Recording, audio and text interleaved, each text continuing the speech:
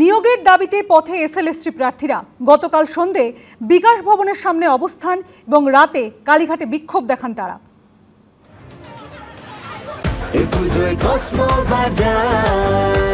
Happy ফ্যামিলির happy smile. Cosmo বাজার, পুজো in style.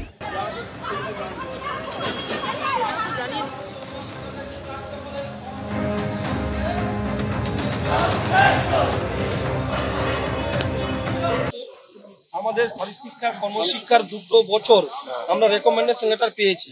প্রত্যেকের নামে একটা করে স্কুল আছে, কিন্তু আমরা এখনো পর্যন্ত স্কুলে পৌঁছাতে পারিনি। বেকারত্বের যন্ত্রণা আমাদের কুড়ি কুড়ি খাচ্ছে।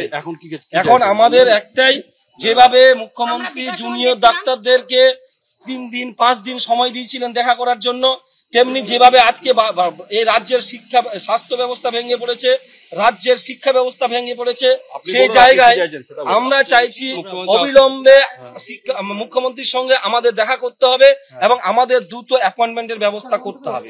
আমরা বিকাশ ভবনে গিয়েছিলাম, সেখানে গিয়ে খবর পেলাম যে উপর থেকে কোনো নির্দেশ নেই, তার জন্যই আইনি জটিলতা কাটছে না। তাই মাননীয়ের কাছে আছে এবং কিছুদিন আগে আমাদের এডুকেশন মিনিস্টারের সঙ্গে দেখা হয়েছিল। সেটা আপনারা প্রপার অ্যাপয়েন্টমেন্ট নিয়ে তার সঙ্গে দেখা করবেন, এরকম ভাবে হুট করে আসলে তো দেখা হবে না। আগে গিয়েছিলাম বিকাশ ভবন, আমাদের বিকাশ ভবন আচ্ছা আমরা অ্যারেস্ট করে রেখেছিল, মারধরও করেছে, আমাদেরকে ছাড়লো সন্ধ্যার পরে 7-8টার দিকে ছেড়েছে।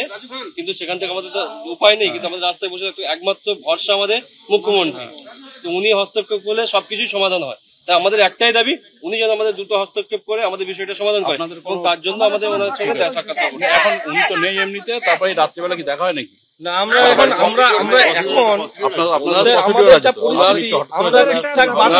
আমাদের বক্তব্যটা তুলে ধরতে হবে আপনাদের মারফত। আমাদের চিঠি লিখে এনেছেন, কোন চিঠি লিখে এনেছেন আপনারা?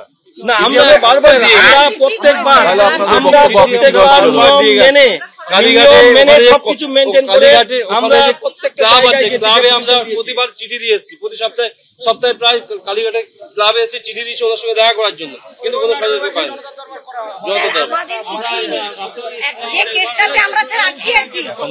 প্রথমত উনি নেই, তারপরে এত রাতে এইভাবে দেখা হবে না।